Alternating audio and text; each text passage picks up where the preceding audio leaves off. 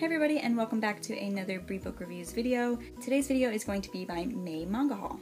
As you can see, I am leaning on a stack of books right now, and I have accumulated a number of manga to show you guys, so I will try to go through them very quickly so that this video is not super long. So let's just jump right into it, shall we?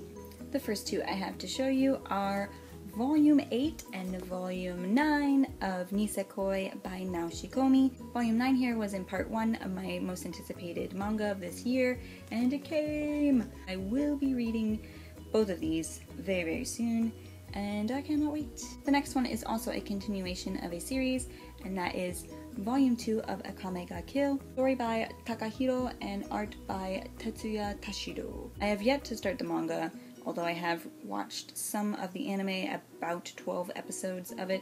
Really enjoyed it. I've heard mixed reviews about it, but I am on the positive side of people's thoughts for that, so I cannot wait to start reading the actual manga series. You all heard about me raving about this series in my wrap-up, and so of course I had to continue with it, and so I got volumes 6 through 8 of Dawn of the Arcana by Reitoma. I will be reading all 3 of these volumes very soon and continuing on collecting the series, because I think there's 13 volumes total, so I'm not that far from finishing off the series, and I want to, because Dawn of the Arcana is amazing and it's one of my favorite series this year so far.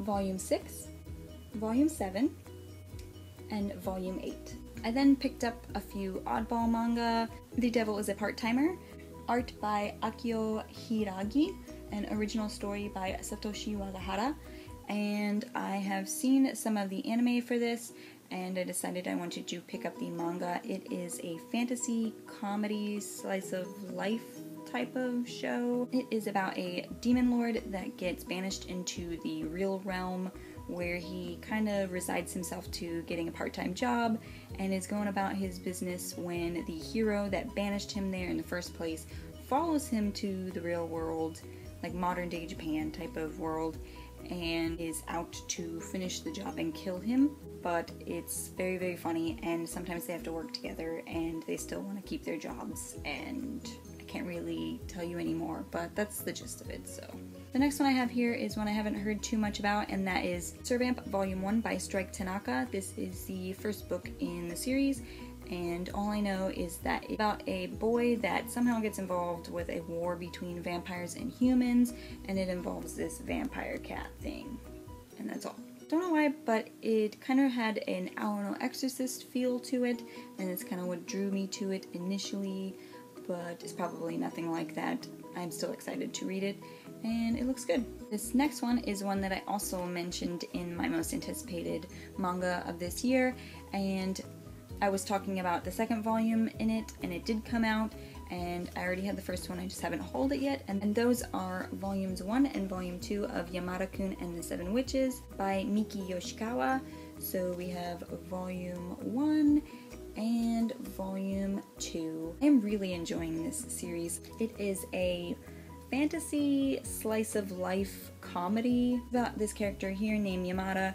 He is the class delinquent. He bumps into the star student in his class named Urara Shiraishi, and they both fall down the stairs. He blacks out and wakes up, and he's in her body. He later finds out that when he kisses people, he can transfer into their bodies, and it can be guy or girl. But I am up to date with the anime, and it's starting to get to where it's explaining more in detail about the powers, and they find this book that says that there's actually 7 witches in the school who all possess different powers when they kiss people. And picked up the first 4 volumes in this next series based off of recommendations from a YouTuber named Shonen Jump Captain, and I will leave a link to his channel down below.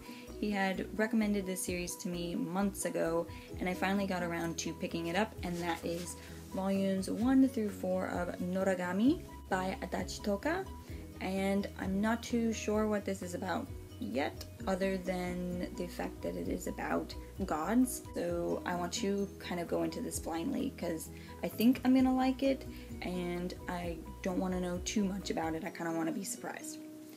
So we have Volume 1, Volume 2, and Volume 3 and Volume 4. I got a couple more continuations of series.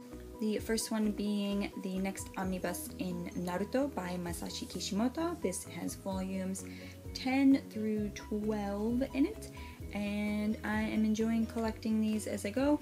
Haven't reread it yet. I don't plan on rereading it anytime soon. I just want to collect it, mostly because the series is over. At least the initial Naruto story is over, and that's why I started collecting it. Still sort of reading it because I'm reading Naruto Gaiden, so I don't want to be reading 2 Naruto stories at the same time, and I've been reading this basically my entire life, so I just don't feel like reading it again right now.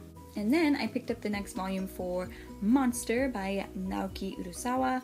This is volume 3, and I think volume 4 just came out, but I was so behind, I had not gotten volume 3 yet, so now I have volume 3, and hopefully I will get volume 4 very, very soon, so then I can wait for my next anticipated manga, which was volume 5.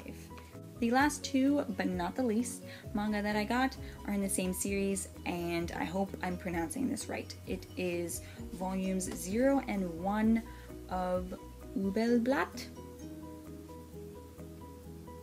by Ettoroji Shiono. Is this a prequel to this one? Is that why it says 0 and that's 1? That's really confusing. Honestly, I went to the bookstore only wanting to buy 1 volume, but I was like, do I need to read this one first? Or can I read this one first? And this one had higher ratings than this one, so I was like, but I just want this one. Is this just a prequel? Do I really need to know all this information before this one? And I ended up just purchasing both of them, and these are not cheap. These are humongous manga, and I paid full price for both of them, so a little bit upset about that since I couldn't tell the difference. Anyways, so we have volume 0 and volume 1, and I don't know anything about this series. All I know is that I read the blurb and I was intrigued, and it says it's an epic fantasy on the grandest of scales, and I also really, really like the artwork inside, so I've heard fantastic things about this manga and I cannot wait to start it. Possibly June, maybe more like July, but I want to start this one soon, so that is all for the manga that I purchased in the month of May. If you have any comments or questions, please leave them down below, and I will see you guys next time. Bye!